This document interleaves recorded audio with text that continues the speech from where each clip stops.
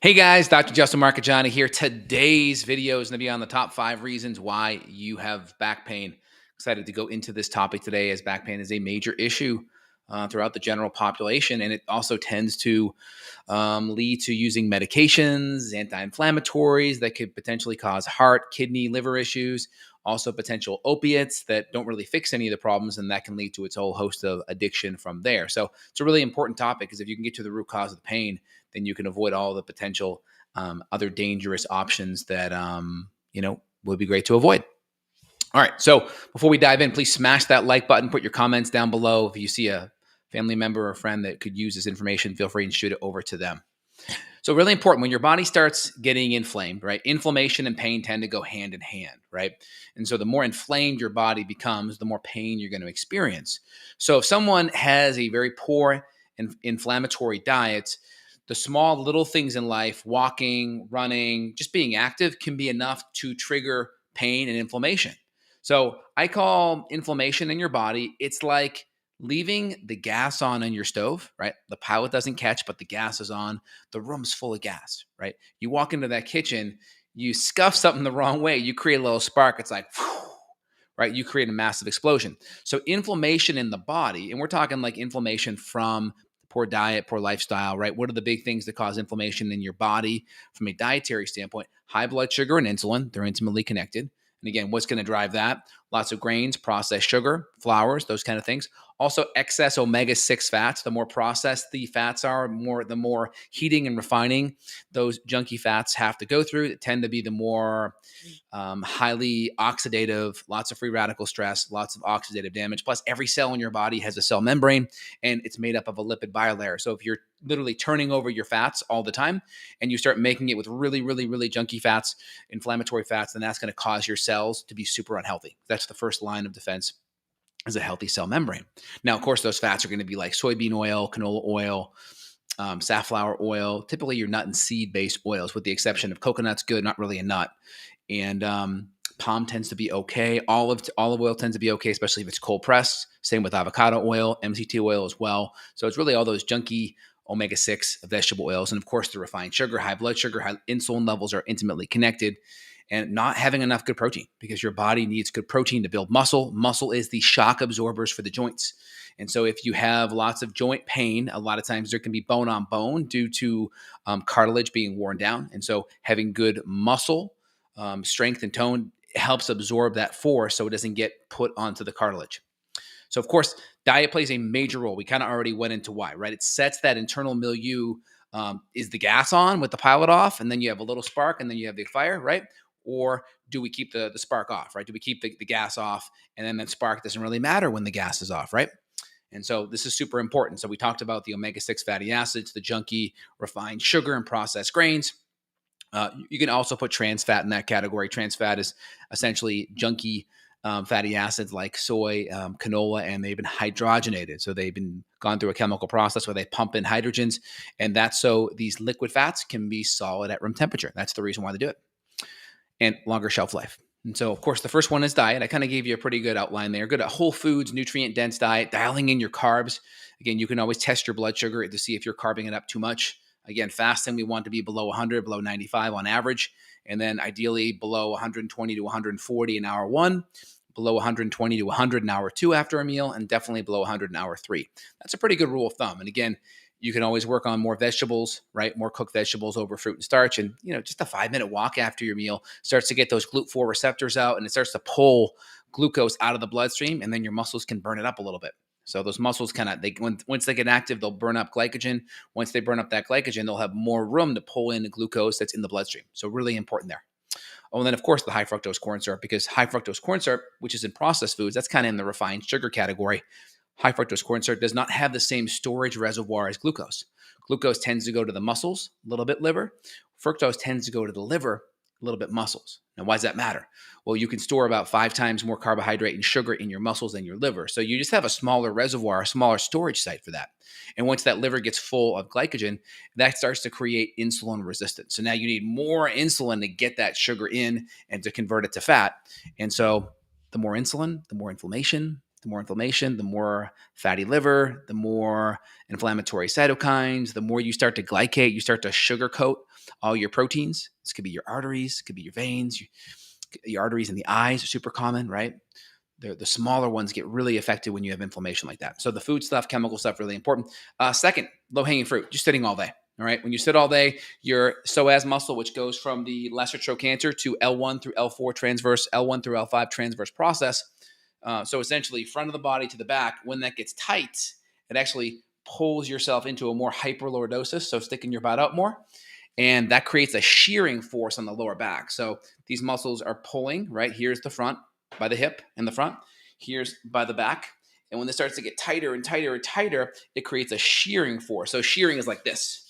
So here's your spine like this. And when that happens, that can create pain, that can create disc issues.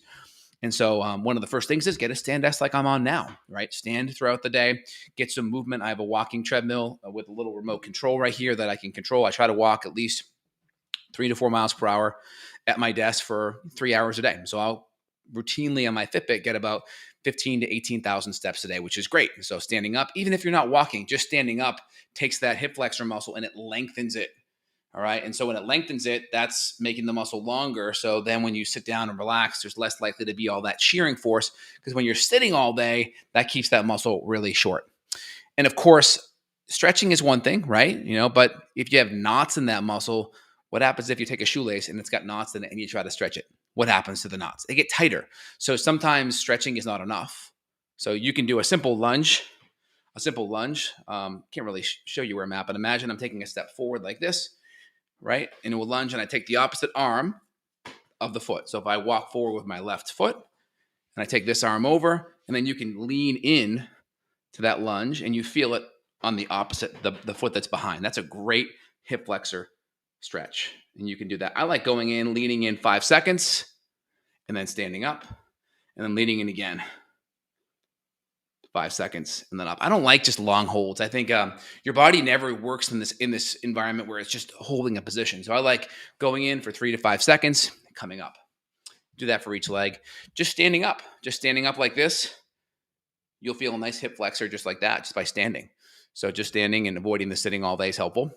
Active release technique or myofascial release is wonderful because it helps take the adhesions out of the soft tissue. And so myofascial release, where you're getting their thumb and you're really shortening that muscle, and then you're lengthening it, and you're going from all the way to the top of the hip, all the way to the lesser trochanter to the top of your thigh. Very important. Next after that, so we have soft tissue, right? We have posture component. We have diet, nutrition, inflammation from a lot of the chemical lifestyle stressors. Chiropractic is very helpful. Chiropractic will make sure, one, the joints are moving appropriately. Right? If there's any disc issues, there's different techniques that you can do with SOT blocks or just postural stuff, or even decompression tables, or traction devices to kind of help, one, suck the disc back in, and two, you can kind of untorque the hips. A lot of times the hips can be torqued, and you can use blocking techniques or adjusting to kind of help that. One, just getting movement in, because a lot of times when there's a lot of inflammation, your body can kind of wrap joints and tissue and can wrap the joints in scar tissue, so you don't get good movement. And how your brain communicates with the joints is through movement. So if those joints aren't moving well, that's a big one. So chiropractic talks about like subluxations, where like a vertebrae is on a nerve. Not necessarily that. It's more of a disc being on a nerve. People know that. They have that referral pain. It's mostly the joints just being really stuck. And without that good movement, the brain doesn't have that good communication. It's like turning the lights off and just kind of feeling around. You need to have that sense of the horizon and where you're at so you can operate. That's kind of how your spine works as well. So we need good movement. So it could be just your lower lumbar spine are really stuck. It could be your hips. And so I like a good chiropractic, whether it's sacral occipital technique.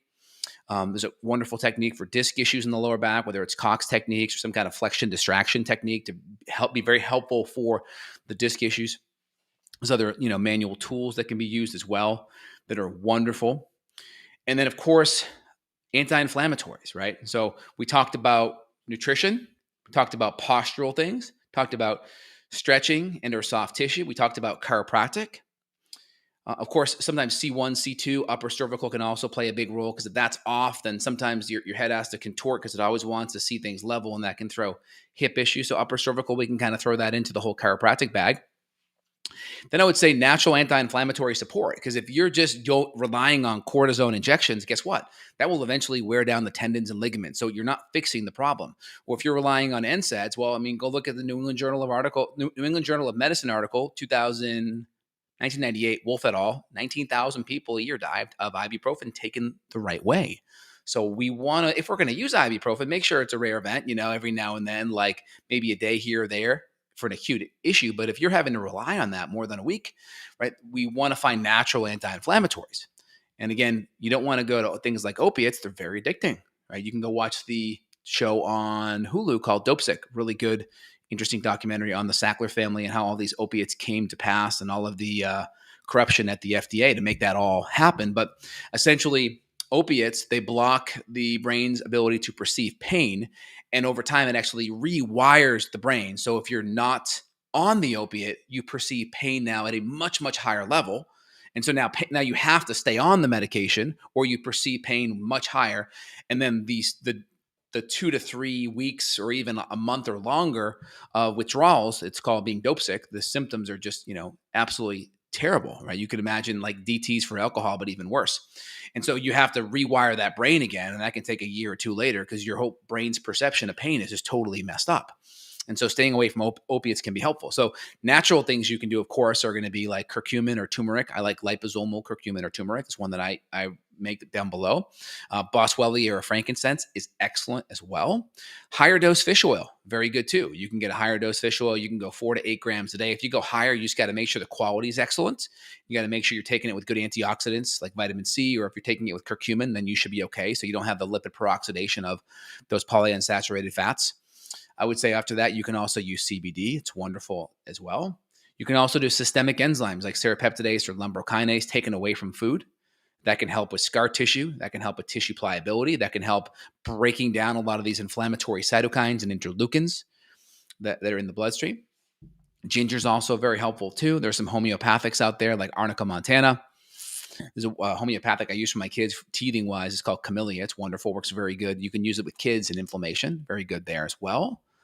Those would be a couple of things that I think are excellent. I mean, obviously there are some essential oils you can use like peppermint as well. I already mentioned frankincense. Topically, you can rub those in. White willow bark, which is where aspirin comes from, right? You don't quite have the side effects when you use the whole herb. So that's actually very nice as well. White willow bark. Those would be probably the top 3 to 5 herbs that I would use. And then of course, building blocks are very important. So I would always throw in collagen, because collagen is the raw material building block for your connective tissue. So you'd want to really make sure you have enough collagen in there to provide the building blocks of for the tendons and the ligaments, enough protein as well to build up the muscle, because that muscle is your shock absorber. So those joints don't go bone on bone. And so having good muscle there, if you're eating too much carbohydrate, too much sugar, and you have inadequate levels of collagen and protein, then you're going to have some serious problems. And then from there, depending on how bad that joint is, you may want to look at stem cell therapy and some other natural anti-inflammatory therapy like infrared laser or red light therapy or laser therapy, along with potential stem cells to really work on inflammation. There's also a couple of cool bioelectrical devices that are out there. We'll put some links down below.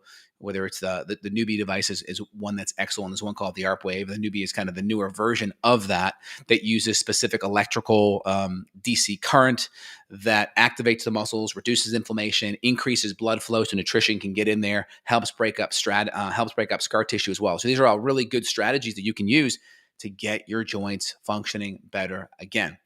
Also very important, when you're in pain, you want to move. It's very important. So ideally, wherever your perceived level of pain is, let's say it's a 3 out of 10 or a 4 out of 10, you want to be able to move within that level of pain. So if you're at 3 or 4 out of 10, you want to be able to do movement that allows that 3 or 4 out of 10 to not go higher, but the more you move, the better it is. If you just continue to not move, those muscles are going to tighten, shrink, atrophy, weaken.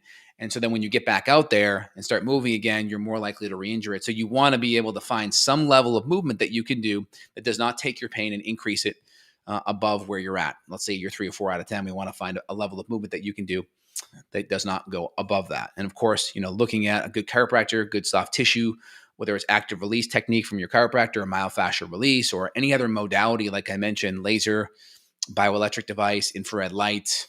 These are all very helpful. And of course, all the natural dietary and anti-inflammatory things are excellent as well. So I hope you guys enjoyed this.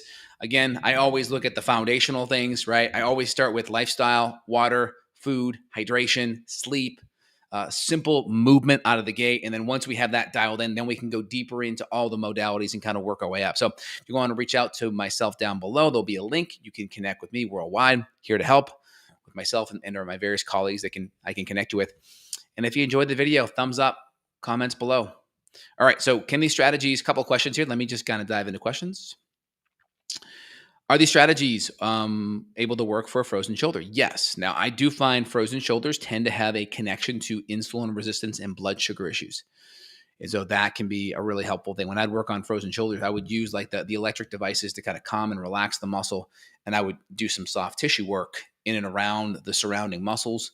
I would use like some activator or like adjusting tools to kind of really help chill out that tissue and get some general movement in there. And every day, typically we'd be able to get a little bit more movement. I found insulin resistance, and I think there's some studies on it. Type 2 diabetes, there's a huge correlation with type 2 diabetes and type 1 with frozen shoulder. All right, guys, if you enjoyed this, let me know. Appreciate it. You guys have a phenomenal day, and I'll be back later on. Take care.